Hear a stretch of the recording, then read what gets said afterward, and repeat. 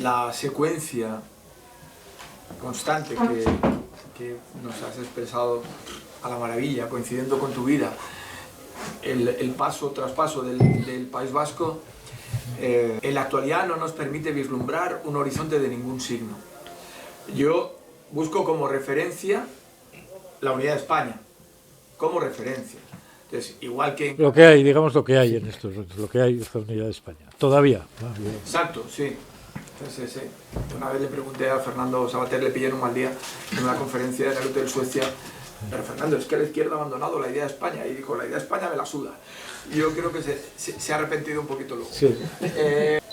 No, igual que en Cataluña, yo siempre tengo posibilidades de hacer un análisis para mí mismo y más o menos ser optimista, resulta mucho más complicado en el País Vasco. No creas, o sea, yo creo que al final de todo, incluso si España se hunde y se disgrega, los vascos desesperadamente, incluso los nacionalistas vascos, se opondrán con todas sus fuerzas. ¿Por qué? Porque su privilegio depende en estos momentos de la Constitución española y de la disposición adicional primera de la Constitución, que es la que garantiza el privilegio. Los vascos, obviamente, dirán que no son españoles. Pero en realidad lo que están diciendo es que quieren ser españoles con carnet de primera y con privilegios que los demás no disfruten.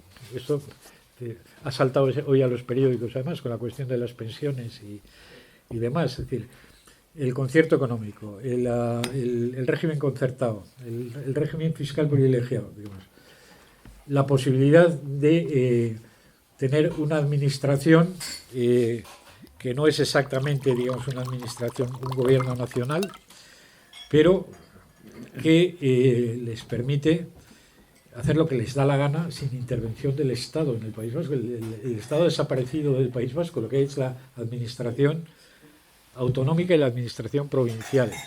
Son dos administraciones, puesta la administración local, pero es lo de menos. En estos momentos, las dos administraciones que cuentan en el País Vasco son la administración provincial, las diputaciones, para entendernos, y el gobierno autónomo vasco.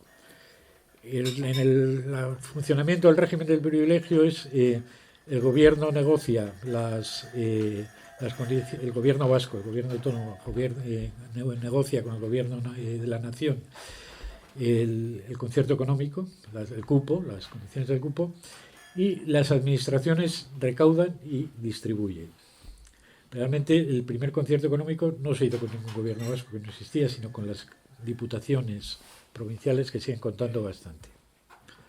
Todo eso, vamos a ver, en el País Vasco, cuando hablaba de ETA, que es un movimiento mafioso, fue un movimiento mafioso que se pretendía un movimiento político, es decir, que este es un comportamiento político bastante habitual en el País Vasco. Es como el País Vasco, el nacionalismo vasco, para empezar, es un poco como el pájaro de Martín Fierro, que pone los huevos en uno, pero para protegerlos pega el grito en otra parte.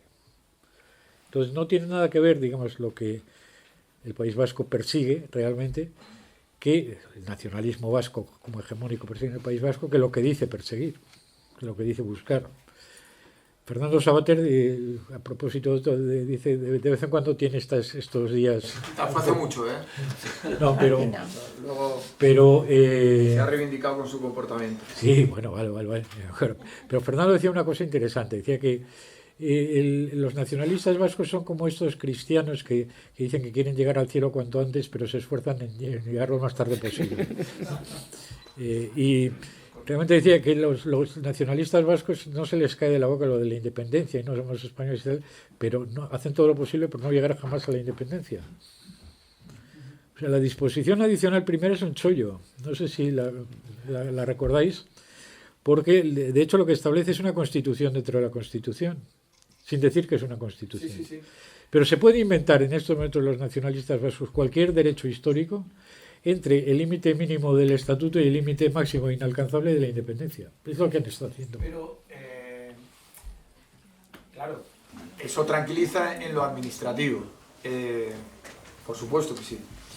Pero yo estoy en lo sentimental. Estoy apelando, más que en lo sentimental, estoy apelando un poco a Ramón de Basterra y a Ortega y a la conciencia nacional. Es decir, a los propósitos de futuro. A las élites.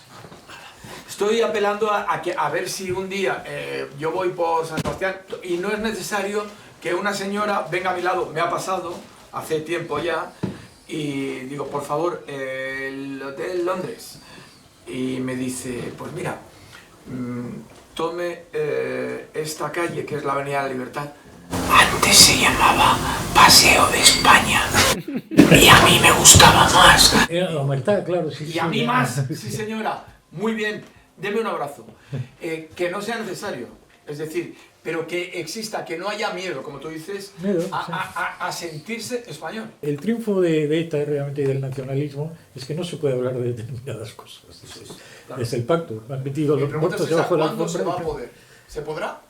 Pues no lo sé, si es que el problema es cómo está funcionando España en estos momentos.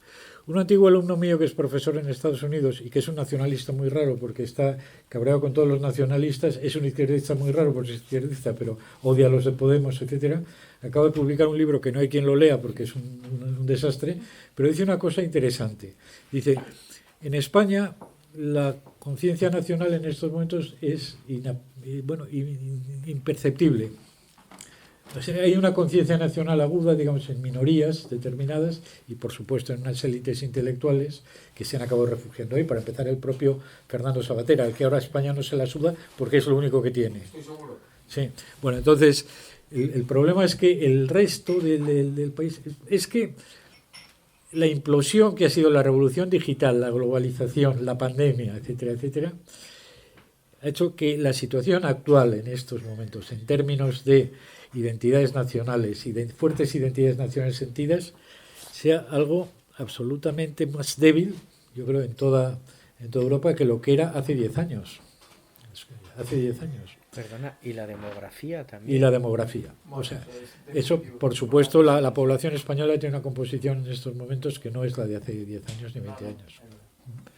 Entonces, ¿qué es lo que pasa? En España ha habido un Estado que ha funcionado. Junto, digamos, a una nación débil, a una nación de cohesión débil, el Estado ha suplido ahí, digamos, una fuerza coercitiva, la inexistencia de una nación. En México, por ejemplo, que la Nueva España es totalmente al revés, el Estado no existe, como todos sabemos, y en cambio hay una nación indiscutible. Nadie quiere separarse de México. Ahora, todo sí, eso sí, es un caos, aquello es un narcoestado, no se sabe qué es exactamente, pero, digamos, resulta que en estas repúblicas hispanoamericanas o latinoamericanas, como dicen ellos, hispanoamericanas, da igual, llámales como quieras, digamos, estas repúblicas, digamos, la conciencia nacional en todas es fuertísima y los estados no funcionan. Entonces en España ha sido un poco al revés, ha habido siempre un cuestionamiento de que es esta nación, no existe esta nación, pero el Estado funcionaba, acababa funcionando. Entonces estamos, yo creo que en una situación de este tipo, digamos, hay una inercia, merece la pena no hablar de ello. Es decir, vamos a ver, cuando yo estaba en el Instituto Cervantes, los mexicanos, para empezar, querían hacer algo parecido al Instituto Cervantes. Yo era bastante amigo del entonces ministro de Exteriores, el canciller mexicano, que era Jorge Castañeda. Había sido compañero suyo en la Universidad de Nueva York, teníamos los despachos juntos, éramos bastante amigos. Entonces Jorge me dijo, no, es que queremos hacer en México un instituto como el Cervantes. Y yo, qué bien. Y dice, sí, un instituto que sea Sor Juana Inés de la Cruz. Y yo, bueno, con eso no vais a vender un peine fuera, porque Cervantes sabe todo el mundo quién fue, pero Sor Juana Inés no. Entonces podríamos ponerle a Octavio, oye, ¿por qué no le ponéis Cervantes? Si estamos hablando de unos institutos para extender la lengua de Cervantes. Ah, no. Porque van a pensar que somos gachupas. ¿No? Ese es el problema, o sea, quiero decir. Pero cuando los argentinos quisieron hacer del argentino una lengua nacional, Menéndez Pidal mandó a Américo Castro, a todos sus peones allí, a decir que de lengua nacional nada, o sea, ni siquiera una lengua nacional española. El español es la lengua de, digamos, todos los países de estirpe hispánica, ¿no? Pero bueno, entonces hay esa especie de confusión, ¿no?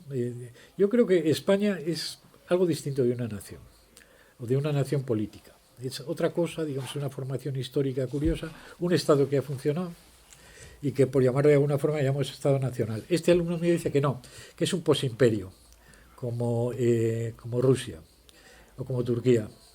Entonces los posimperios muy difícilmente se convierten en naciones, es imposible, porque sigue pesando, digamos, la idea de la vocación imperial, de la misión imperial, etcétera, etcétera, ¿no? A mí realmente en estos momentos no me preocupa. ¿Qué eres tú, español? Es como la parábola de si hay que pagar tributo al César o no. O sea, cuando le preguntan a Jesús, dice, ¿hay que pagar tributo al César o no? Le preguntan a los fariseos, a ver, dame la moneda. Dice, ¿quién es este? ¿Es el César? Pues si es el César, págale al César lo que es del César. Cuando estén los tuyos en la moneda, les pagarás a los tuyos. Si lo que quieres es pagar tributo, pues no hay problema, ¿no?